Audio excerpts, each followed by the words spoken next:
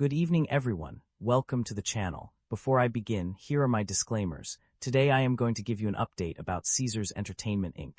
Annual Report. Caesars Entertainment Inc. offers a diverse range of businesses and services that cater to the gaming and hospitality industry. At its core, the company operates as a gaming and hospitality provider, owning and managing properties with slot machines, video lottery terminals, e-tables, hotel rooms, and table games, including poker. In addition to its gaming operations, Caesars Entertainment also provides various entertainment options such as dining venues, bars, nightclubs, lounges, hotels, and entertainment venues. The company's services extend beyond these physical establishments, with a focus on retail and online sports wagering across 32 jurisdictions in North America, as well as iGaming in 5 jurisdictions.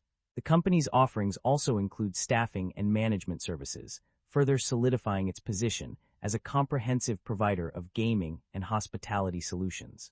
With a rich history dating back to 1937, Caesars Entertainment has established itself as a leading player in the industry, with operations spanning across multiple states and jurisdictions in North America. Caesars Entertainment, Inc. Stock price crash. A year of decline. The past year has been tumultuous for Caesars Entertainment, Inc., with its stock price plummeting by over 50%. The decline began with the release of the company's weak first-quarter results in April 2025, which showed a modest increase in top-line, but a significant net loss.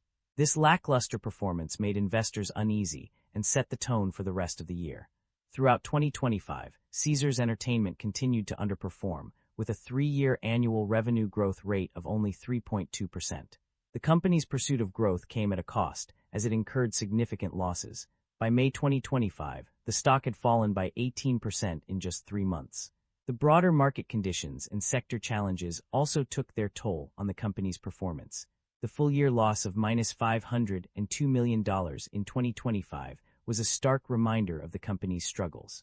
Although there were some mixed results in the Q4 earnings report, the overall picture painted by the full-year performance was one of significant loss. The absence of substantial gains from asset sales that were present in the prior year contributed to this decline. The combination of weak first-quarter results, sustained underperformance, and broader market conditions led to a 54.38% decrease in Caesars Entertainment's stock price over the past year. As the company continues to navigate these challenges, investors will be watching closely for signs of improvement. Caesars Entertainment, Inc. maintains a market capitalization of $4 billion, broadly in line with the industry peer group. Caesars Entertainment, Inc. trades at a lower price-to-book ratio of 1.03 times relative within the industry. While the stock does not screen as absolutely cheap, mixed valuation, signals relative to industry peers prevent a definitive conclusion. With the broader industry trading at lower valuation levels, this may reflect transitional pricing dynamics rather than clear mispricing, warranting further analysis of earnings quality, growth sustainability, and balance sheet strength. The company exhibits a very high leverage profile, with liabilities accounting for 87% of total assets. This elevated debt level warrants heightened caution, as it may limit the company's financial flexibility and increase risk during economic stress. We have to further examine the industry and the nature of the business to determine if they justify the current valuation. Average liabilities have declined over the past 5 years, indicating improving balance sheet discipline and reduced financial risk. Shareholder equity has declined over the past 5 years, but operating income remains positive. The equity weakness may stem from capital structure changes such as buybacks or dividends rather than operational deterioration. The company has consistently reduced its share count while revenue has grown, but declining assets and equity suggest buybacks may be taking precedence over reinvestment. The income statement shows that the company have been growing its revenue annually and the operating income have been increasing. This shows that the business model works and the business is expanding. The primary drivers of revenue growth or decline for Caesars Entertainment can be identified through an analysis of its various segments and operational trends. Revenue growth is primarily driven by the Caesars Digital segment, which has seen a significant increase in net revenues from $973 million in 2023 to $1,408 million in 2025. This growth is also attributed to the expansion into new jurisdictions for retail and online sports betting and iGaming. In contrast, the regional segment has experienced a slight decline in net revenues. On the other hand, revenue decline is largely driven by gaming taxes, which have decreased by -$122 million in 2025 compared to 2023. Labor expense has also decreased, contributing to the overall decline in revenue. Additionally, other segment expenses have declined, resulting in a reduction of -$993 million in 2025 compared to 2023. To capitalize on growth opportunities and mitigate decline drivers, Caesars Entertainment should focus on investing in its Caesars Digital segment, which has been a significant contributor to revenue growth. The company should also continue to explore new jurisdictions for retail and online sports betting and iGaming. Furthermore, monitoring gaming taxes and labor expense will be crucial in maintaining profitability. The net income of the company underwent a significant decline between 2023 and 2025.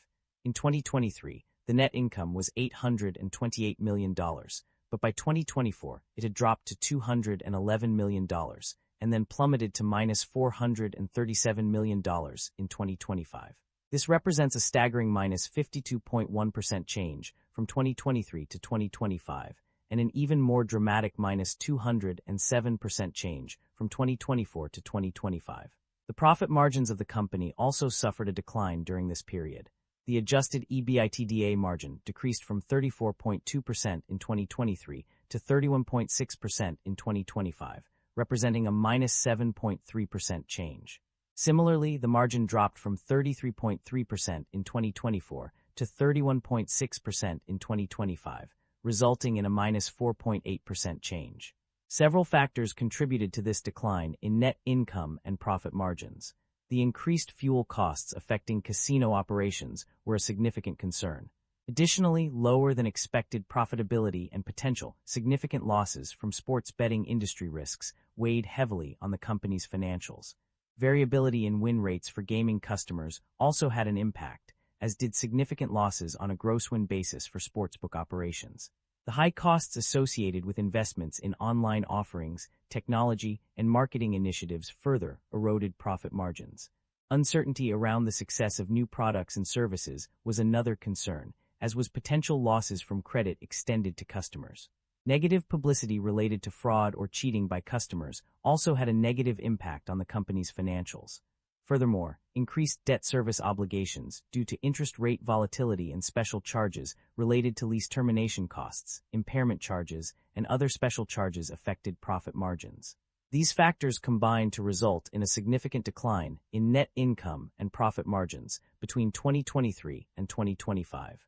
The company's financial performance indicates a consistent trend of generating positive operating cash flow. The data from the past 3 years shows that the company has been able to generate significant cash inflows from its operating activities. In 2025, the company generated $1.3 billion in cash inflows from operating activities, which is an increase from the previous year's figure of $1.075 billion. This indicates a growth in the company's ability to manage its operations and generate cash. Even more impressive is the fact that the company was able to generate $1.809 billion in 2023, showing that it has been consistently generating positive operating cash flow over the years. This trend suggests that the company is well positioned to continue generating positive operating cash flow in the future, which is a key indicator of its financial health and stability. The company's debt level and interest expenses have undergone significant changes over the past few years. Initially, there was a notable increase in debt levels from $2.25 billion to $5.8 billion between certain periods.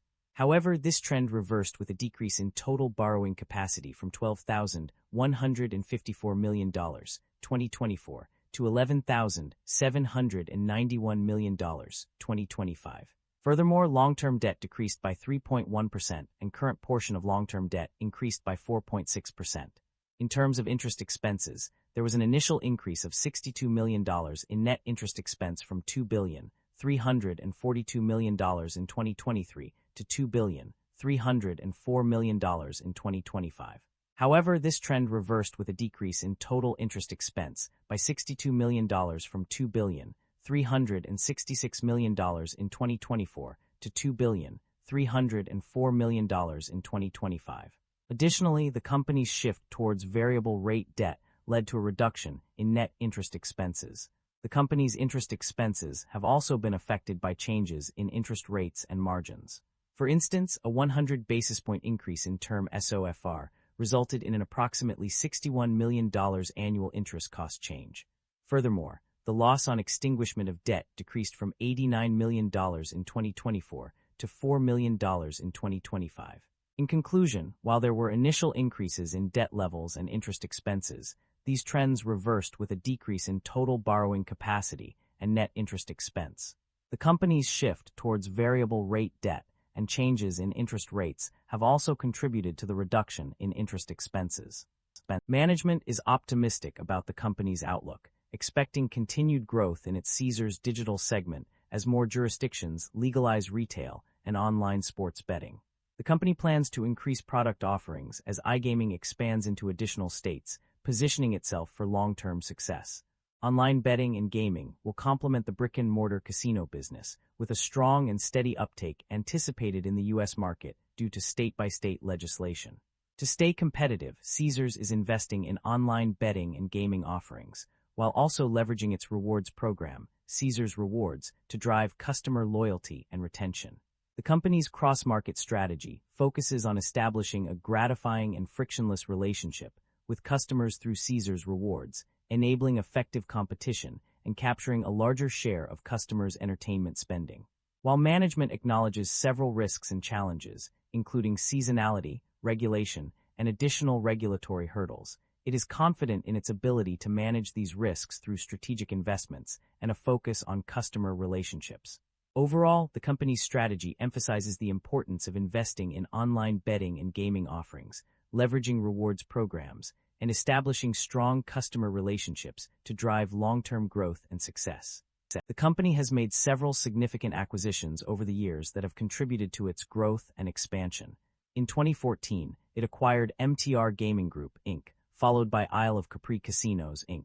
In 2017, the company continued to expand with the acquisition of Tropicana Entertainment, Inc. In 2018, two major acquisitions were made in 2020 and 2021, Caesars Entertainment Corporation and William Hill plc respectively.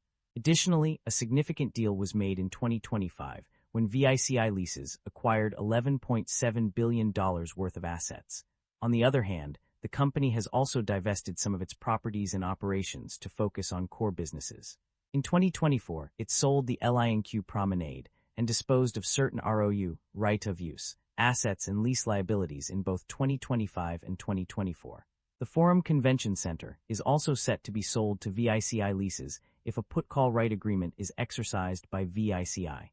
These divestitures demonstrate the company's strategic decision-making process, where it prioritizes its core businesses while optimizing its portfolio. The company has made significant moves in terms of shareholder value.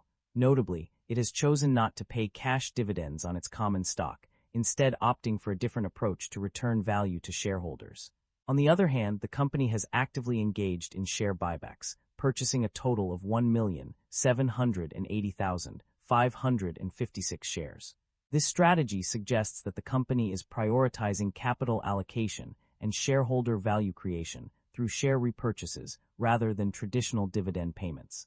Furthermore, the additional authorization for $221 million more to repurchase outstanding common stock as of December 31, 2025, indicates a continued commitment to this approach. That concludes the financial summary for Caesars Entertainment Inc. Feel free to comment below, and I will be happy to answer them when possible.